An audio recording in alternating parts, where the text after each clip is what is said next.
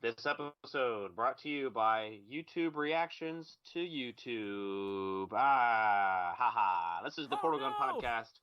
I am Jeff Wilson, as always, with this guy. I'm Isaac Mason.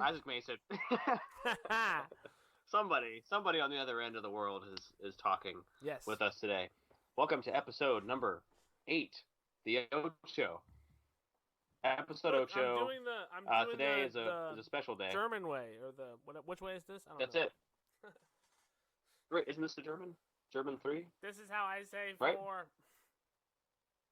4.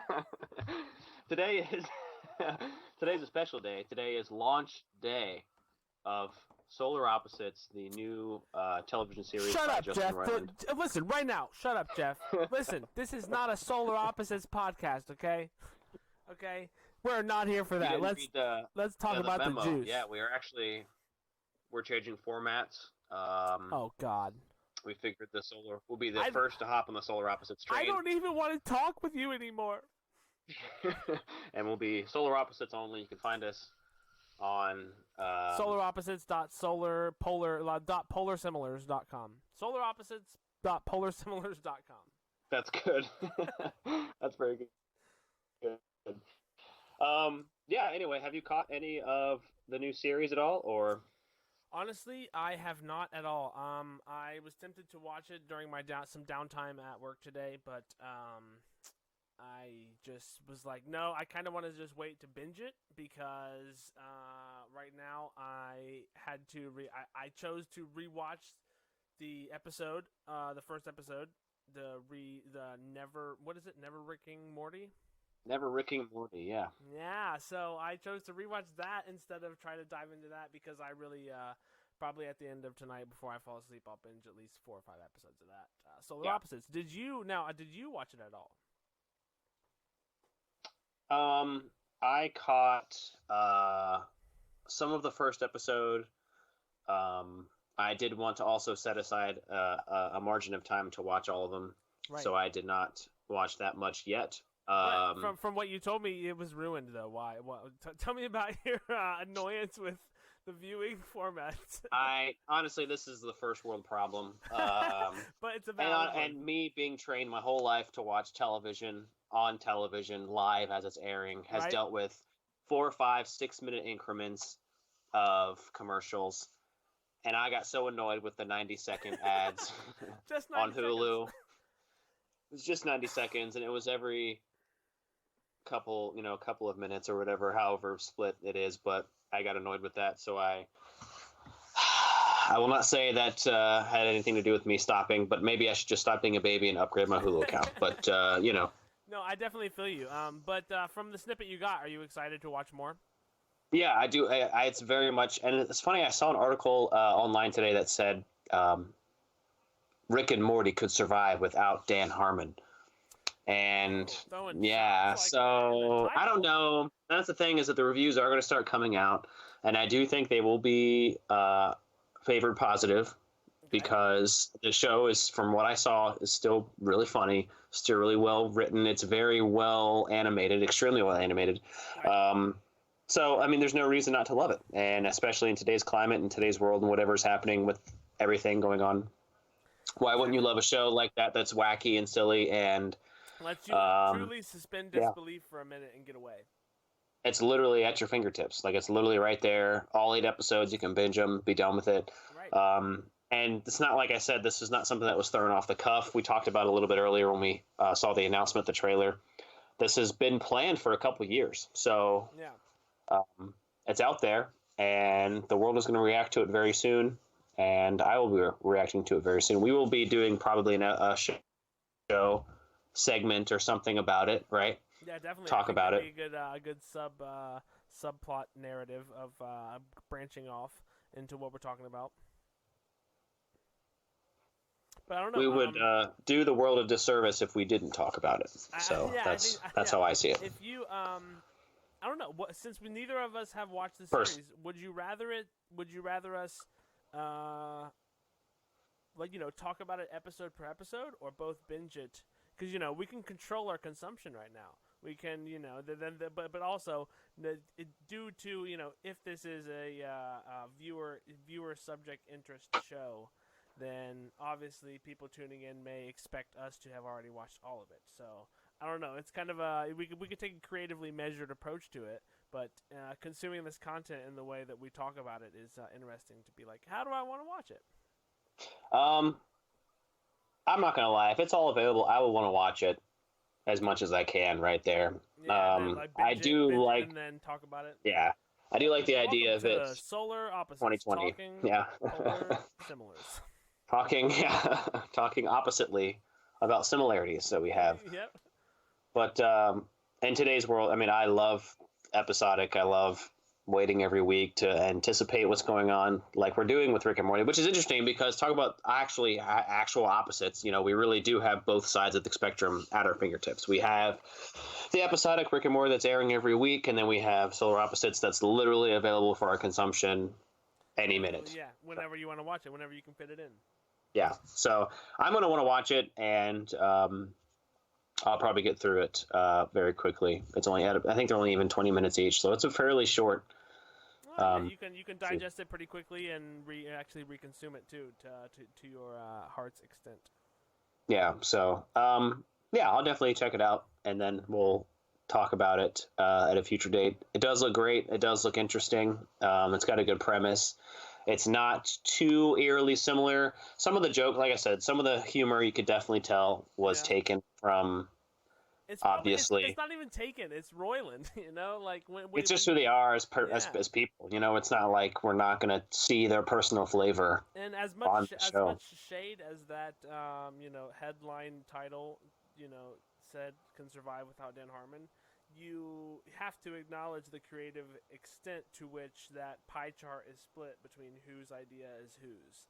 Which part of the show is whose? You look at Dan Harmon's back catalog of creativity, and you look at Roiland's back catalog, and it's very distinctive and apparent whose is whose, and that's why you and I are equally into music, and we could go on diatribes about music, about the similarities of certain creators and bands and people who decide to collaborate. But in every medium in which there is a collaboration, it's usually apparent who contributes what, if there's any other pool of creative content to pull from what the artists have created before.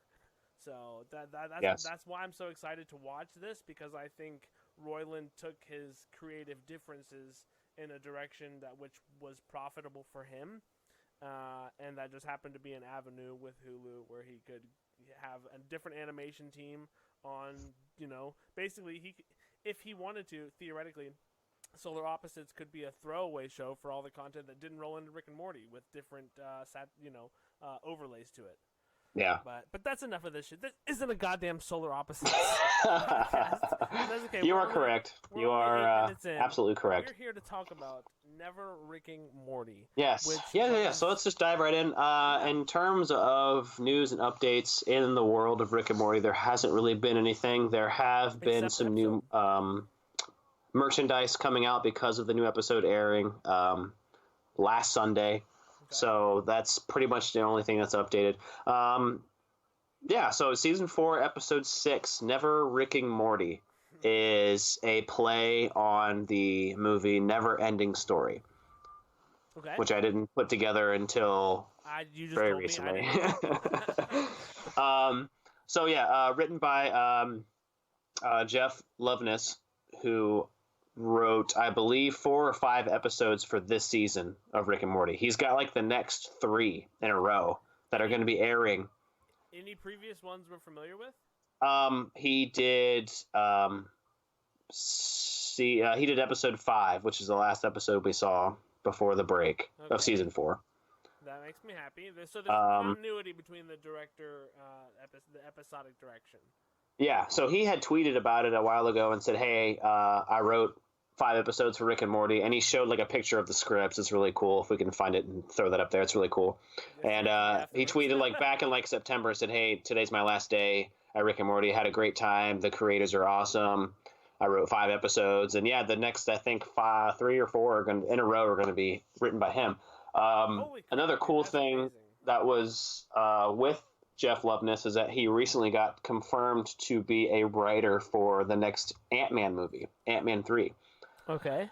So once again, this is the second Rick and Morty writer to be tied to pen a Marvel movie. We had talked about it on one of our early episodes about Michael Waldron, Yeah. who had been confirmed to write Doctor Strange 2. Yeah. Yeah. And now Jeff Loveness, who wrote 5 episodes of this season of Rick and Morty, is confirmed to write Ant-Man 3. I mean, so, dude, like that. Collect, you know what I mean? Yeah, it amazes me that the way that I don't know. I haven't been a big fan of the Marvel Universe up until as of recent because of Doctor Strange and Thor. I like Norse mythology. I like Doctor Strange, the weirdness of it. But I'm very close to caving in on watching all of them out of order, but in the order of which they all take place, you know? So I'm glad I haven't watched all of those. It's like if Rick and Morty, you know, run its 7 or 8 season course, and then after it's done, you put them all in order and watch it. That's what I'm doing with the Marvel Universe, because it wasn't appealing to me up to a certain point, and now that things like this have happened, you know, certain people get creatively pinned in to the process who you're guilty by association of interest, and you have suddenly your skepticism turns to promotion, and you're like, okay, I do want to see this. So that is why I'm excited that these people are writing, and it amazes me that their artistic ability can be able to be written into two drastic different forms of media, you know, a completely satirical, humorous, extra animated show, as well as a big screen truly blockbuster, you know. Yeah, exactly. Summer blockbuster, no matter what season it is, blockbuster. Yeah. And Ant-Man had probably, I said maybe like Guardians of the Galaxy, but Ant-Man had a lot of humor into it already. Like it had a really good layer of humor that was involved. So, who was the main star? Yeah, there's Paul Rudd. Paul Rudd, yeah. So dude, when I was, no shame right now, when I was in rehab, a dude told me that I looked like Paul Rudd. He's like, you look exactly. I was like, no, dude. I don't. But I'll never forget that because it was just one dude, and I forget what his name is now. Even Paul Rudd. Yeah, man, that's a compliment. Paul Rudd doesn't age, so and he's Ant-Man, right? I just took it as a compliment. So, but continue. Sorry. No, yeah. So I think it'll be good. And Doctor Strange's a little bit of humor, but not. They all have a little, just like subtle shade of humor to them, because I think that's kind of what makes them campy and fun. Right. But Ant-Man and like maybe Guardians of the Galaxy had the most humor, so that'll be cool. But like as of right now, as of this recording, in 2022, we will get not only two Marvel movies, but 2 Marvel movies potentially penned by former Rick and Morty writers. So in the same year, so that'll be a good year. But I'm excited about it now. Yeah, Michael Waldron, who's doing Doctor Strange 2, did a lot of season 1 writing. So like he's an early guy, and he, like I said, it'll be a fun time. Yeah, I'm hoping that it's fly on the wall situation. You wonder if those 2 dudes have talked about their own, like canonical universes, or where they're drawing creativity from to write the future. One dude's already written episodes before, and one dude's got the chance to write new ones. How much have they collaborated in order to create a collaborative universe that's yet to be viewed by us, but also is in accordance with Dan and Justin's creative scheme that they're pulling. I don't know. I love thinking about it and talking about it, but let's get to the meat of this episode, dude. What was this episode about? Yeah, so that's the big question, I think. It's got a lot of answers. Literally, like, I'm trying to think about another episode I'm going to compare it to. We talked about anthology episodes before, and how, what does it mean to have an anthology episode? An anthology episode is an episode kind of like a clip show. Right. Where it shows a bunch of other like story arcs and like scenes that don't necessarily fit the plot of that episode. So like previous ones would be obviously the Interdimensional Cable. Yeah, Interdimensional Cable. Both of those, obviously, and then the Morty's Mind Blowers episode. Which was the non-traditional continuation of.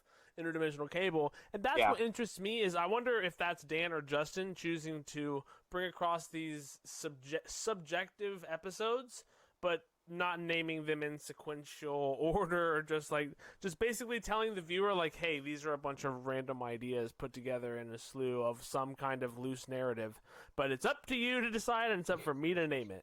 That's really how I feel about it.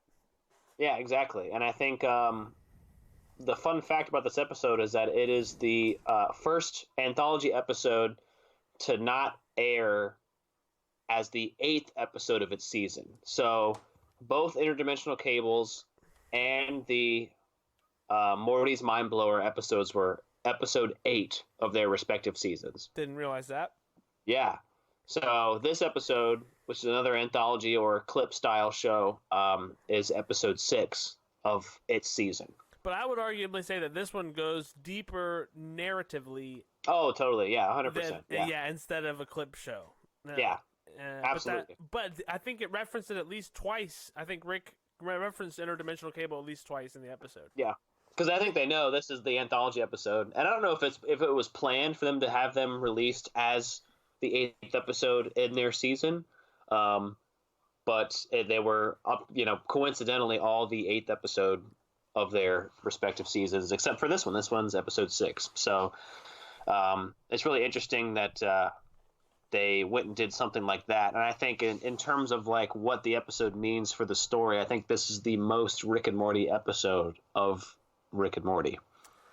Yeah, especially the way they kind of discuss it, not in almost if it was a real, if it was a live action show, the way you can break the fourth wall. It's the way that they kind of referenced their own meta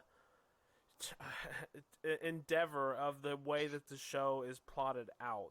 And there were a couple of curveballs with like the the lesbian mention making him tell a story. So there were very unexpected curveballs thrown in it in the way that you expect it, jab after jab in an interdimensional. But what this was it's I don't know, I feel like they covered the miniverse theory or the isn't that what they called it, the miniverse, or the two conflicting names in that one episode where they go to the other planet? Tinyverse. Yeah, Tinyverse. So the Tinyverse, the miniverse.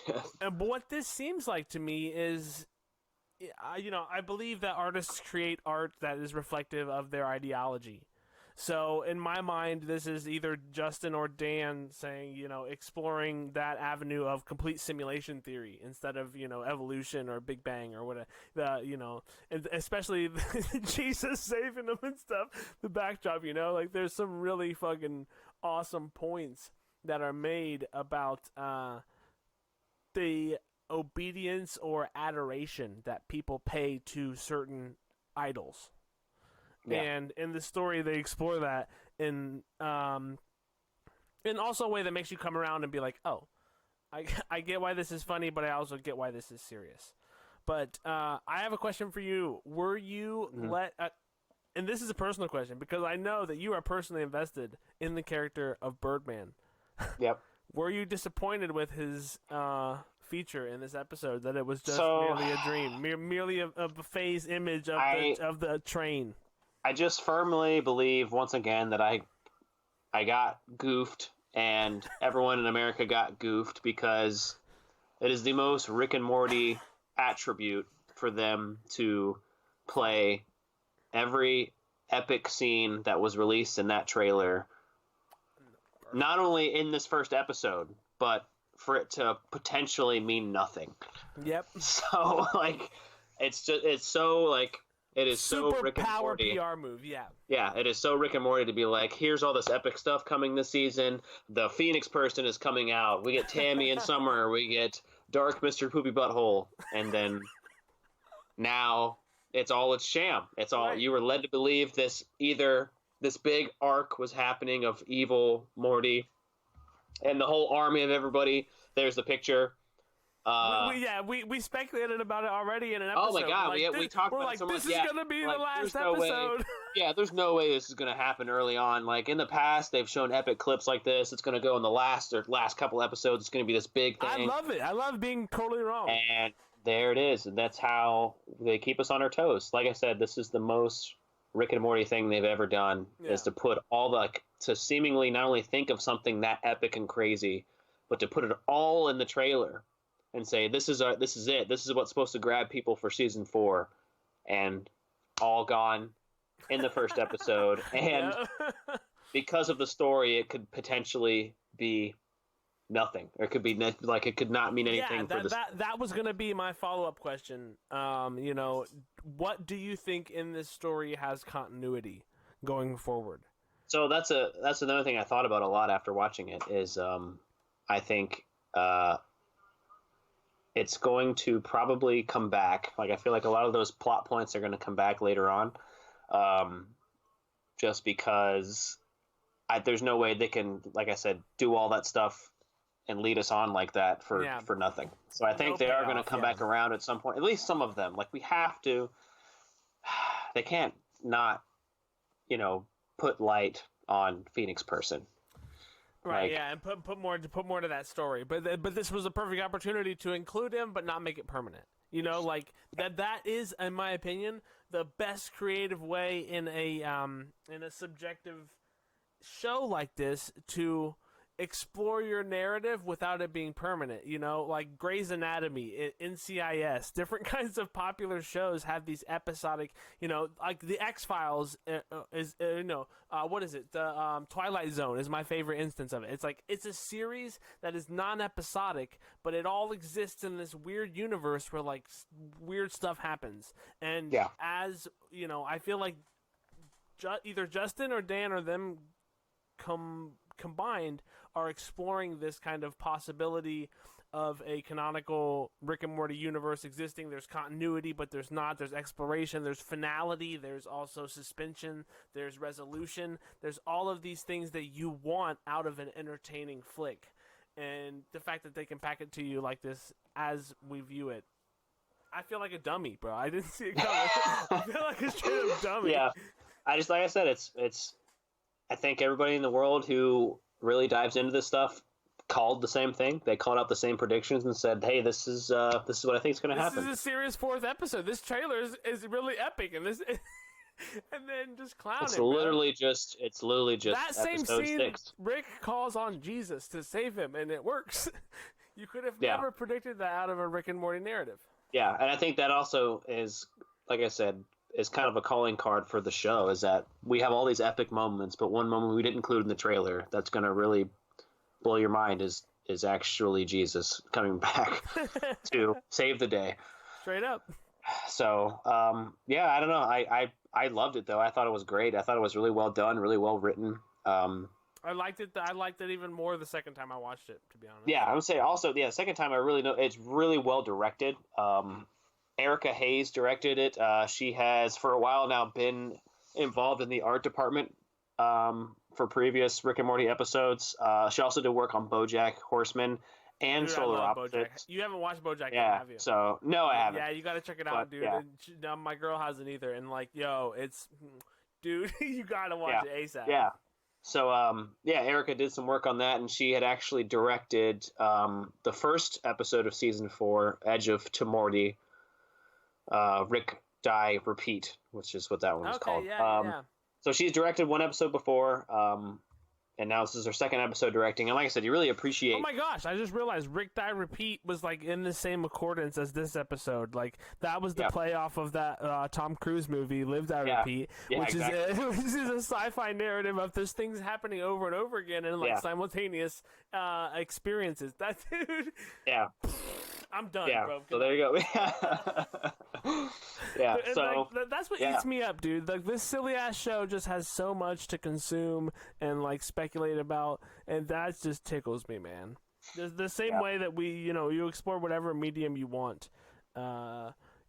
Game of Thrones is over now, but Lost kind of I don't know. People who I know were big fans of Lost were disappointed by the end of it. But when you build this kind of intense speculation behind the resolution of this thing that's not finished yet, it's just in the process. It's still in the process of being created. You don't even know where the wave of the arc of its whole totality is yet. But yet you're consuming it as somebody who expects more out of it. So Yeah. that it's really satisfactory as someone who just creatively consumes things for their own satisfaction. I can watch it and either whether I actually LOL or just breathe air out my nose, I enjoy it either way. And I Yeah. don't know. I don't have to LOL, but just know what's happening on the inside. Exactly. Yeah, it's so relatable. I can't deny it. Yeah. So also the return of Blips and Shits in this episode, Right. because the ticket taker was playing the virtual reality game in Blips and Shits. Right. And that's what was weird to me. Also, check it out. So, dude who got, he ended up welding shut the hole that dude got sealed through. But Yeah. that whole scene when they were being beat up by the Time Lord, they were being thrown out of the windshield. So, like, there's some suspension of disbelief necessary there in order to think that they could be retracted into the vessel as easily as they were outwardly, because they made it so apparent that Rick had to seal the hole for him to survive after he got decapitated. So that's But what was Morty weird goes to me. through the windshield. Yeah. Yeah, So. but also it made me realize that each time they exited the vessel was a different scenario. Yeah, So they were in a different. Yeah. that was a very exploratory kind of thing, but they kept calling back to the one experience that the ticket guy would have had. But during that whole sequence where Morty was getting shoved, or Rick was getting shoved up, and Morty was getting shoved out of that experience, while they were getting beat up by the Time Lord, showed completely different ones. So I thought that was interesting. But while I was watching it the first time, I thought that first Rick scene where he had a mustache and then was shooting pool, I thought they were going to finish on that.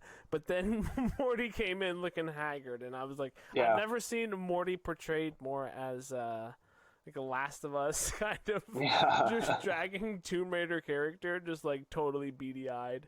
Yeah. And they called it all back, and I found myself being like, they're still on the train. But are they on the train? Because they're still in the living room. But Rick was like, come on, you can kiss me on the lips. They do in some cultures. Yeah, he's like, if that's not weird, whatever you're comfortable with. Yeah. That was another thing too, is that at the end of the episode, they tried to stop the train, and it's obviously like fake and phony. Like that's So. It was weird though. He's like, what? He said, what the? No, the fucking best. He's like, he says something like, he says, you're gonna buy more stuff. He uses "daddy" in a really weird way in that one part, and he's just talking about, like you said, obeying capitalism and stuff. I'll include it in the clip right here so I won't embarrass myself. You went into a store, an actual honest-to-God store, and you bought something. You didn't ask questions or raise ethical complaints. You just looked straight into the bleeding jaws of capitalism and said, yes, Daddy, please. But you know what I'm talking about. Yeah. Yeah, so they were on the train the whole time, and but at the end, do you think that living room scene is the final continuity of the episode, or where do you think this next episode is going to pick up at, based off of the completely graspless base that this episode is giving you? And that's the thing with like the anthology episodes, is that they really don't move the plot forward, obviously. So you really have to try and like find a place where. Wait, I'm just having a random thought right here. You said the other ones were the 8th ones in the episode. This one isn't the 8th episode of this one, is it? No, this is the 6th. Okay, yeah. Episode of the season. Yeah, that's what I'm saying. This is the first anthology episode to not be the 8th sequence of its season. Yeah. I Whether it's on purpose or not, short I have bus, no people. Yeah. So yeah. So I guess trying to draw back, on season 5. I'm glad they did it earlier, so now I think they will focus heavier on the plot narrative for the remaining episodes. Yeah, exactly. So that's what I'm saying. So back in season, the last episode that we saw, which was episode 5, that was about the snake jazz and hanging the Christmas lights. Yeah. They did have another. They did have another shoes. Christmas reference with what was his name? Morpy or Goopy. something. Goopy. Yeah. That was really pointless too, because they're like how he saved Christmas, but he left Goopy out in the cold. That was to me another instance of Rick being a shitty person, man, and like in somebody's face and them narrating it, and it's just like, yo, I think it's Justin Roiland honestly trying to portray that people idolize other shitty people, and because of their attraction, and just because somebody's smart doesn't mean they're fucking nice. And then that could be drawn back to the motherfucking pandemic we're having. Yeah. If you're a conspiracy nut. Yeah. So so I don't know where they're going to go next. I know that with the last episode that we saw, episode 5, we had a lot to do with them altering time because of the whole snake thing that was going on. But it wasn't that kind of. That wasn't in.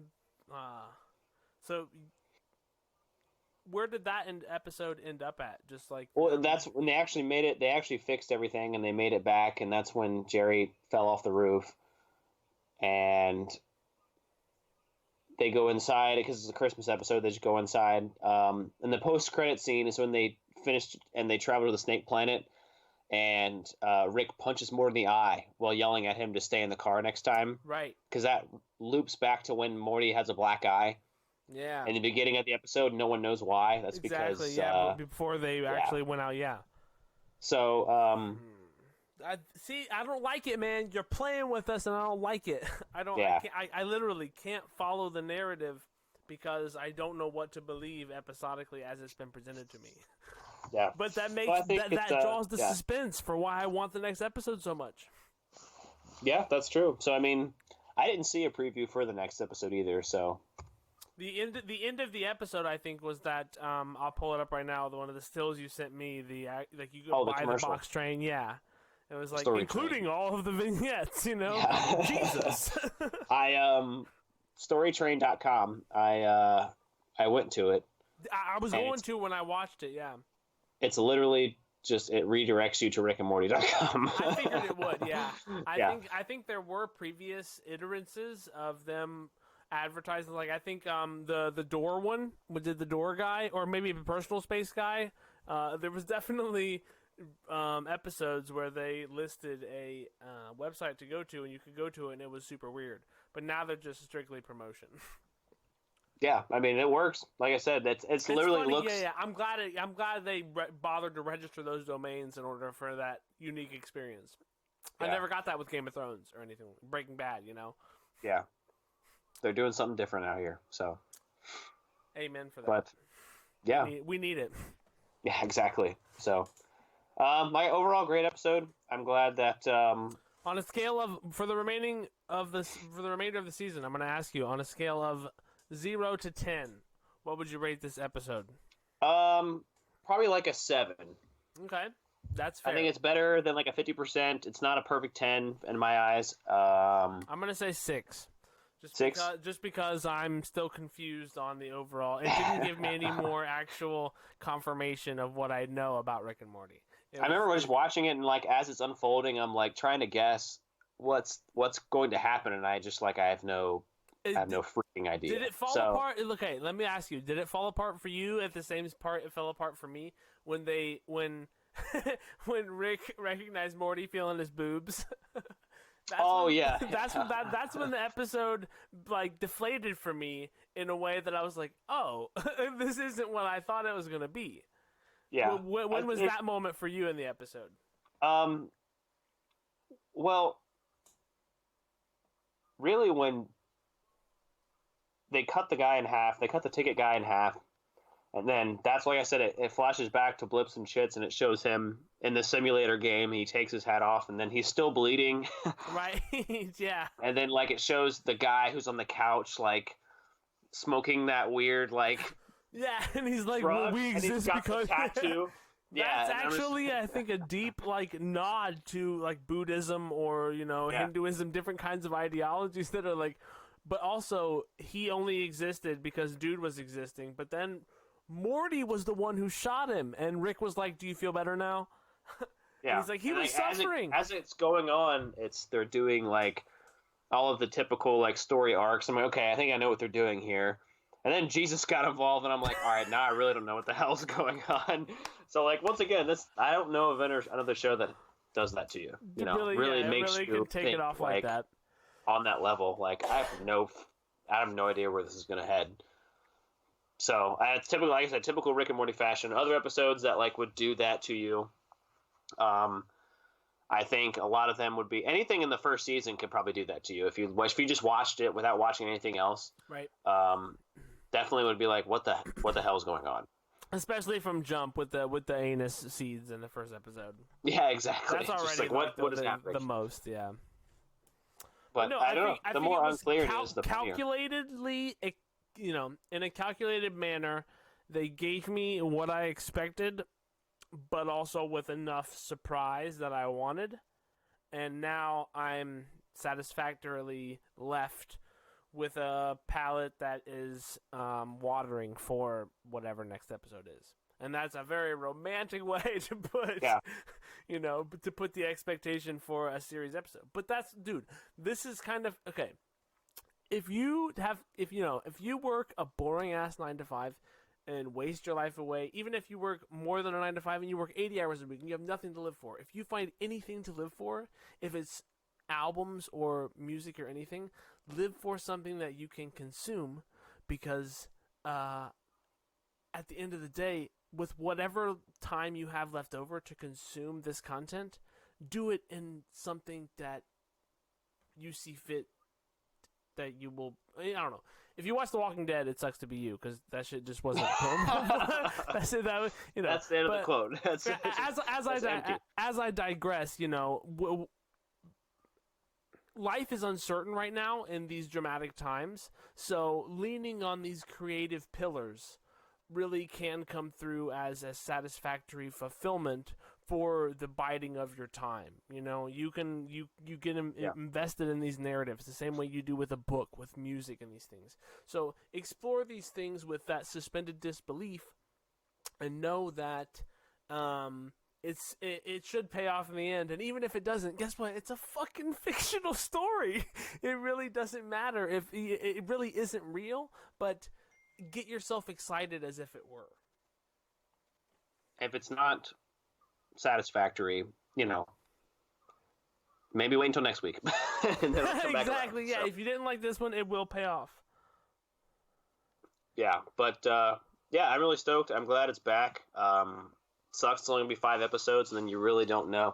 What I hear, Chris Parnell, who does the voice of Jerry, did an interview recently and said that with everything going on, it does not slow down production for them. Because honestly, you can dude, creating a show is something you don't need a studio for. You and I know it. He's like, I've got a pretty good home set up, and he's like, I can probably record my lines either at home, or I can go into an isolated studio where you don't have to contact with anybody. So he said that season 5 is still underway. The march of creativity goes on, my friend. It finds ways. And that's what I love. That's how I love that everything's being restructured in a way. SNL is putting out episodes that are filmed from home. Who would have ever thought? And think about when Star Trek The Next Generation came out, they had to build every episode's scenes. Dude, it's never been more realistic to do these things. I don't know. I'm digressing, but that's it. Yeah, but it's exciting to know that it won't be maybe another 2.5 years until we get a new season. And if not, if it is, I guess we have Solar Opposites to lean on. Maybe that'll get something else done, and maybe there's more creative things down the pike. Maybe a movie, cough, cough. But we will truly never know. You thinking it? Yes, yeah. So, yes. So I think it's time to wrap it up. I think we did a good analysis. We're right at 40 minutes, of this episode. Yeah. We're not wasting people's time. If you haven't seen the episode, spoiler alert before all of that. Yeah, no, I'll put something in at the beginning. Definitely edit it in. Yeah, so sorry if you didn't see the episode and we just spoiled the whole thing for you, or maybe you have no idea what the hell we're talking about. That's But also a possibility. also, if you're watching this, you exist in the future, and I edited it out for you so it didn't get spoiled. So I am your maker. There it is. The YouTube maker. I marionetted your future, sir. Think about it. Plandemic. The YouTube maker, or the Google Play maker, or the Spotify maker, or the Apple Podcast maker, or the Podbean maker. Whatever you decide, whatever you want to listen to us on, we are available on all platforms for your listening and or viewing Yeah, pleasure. I'll plug all that in here. The official Rick and Morty podcast companion is also started back up. They do have one up with They don't have one up on us, bro. I've been playing Mario, No. bro. I've been playing This Mario. might as well be the official companion, right? I think so. I think it's the humanity's companion to Rick and Morty. Yeah.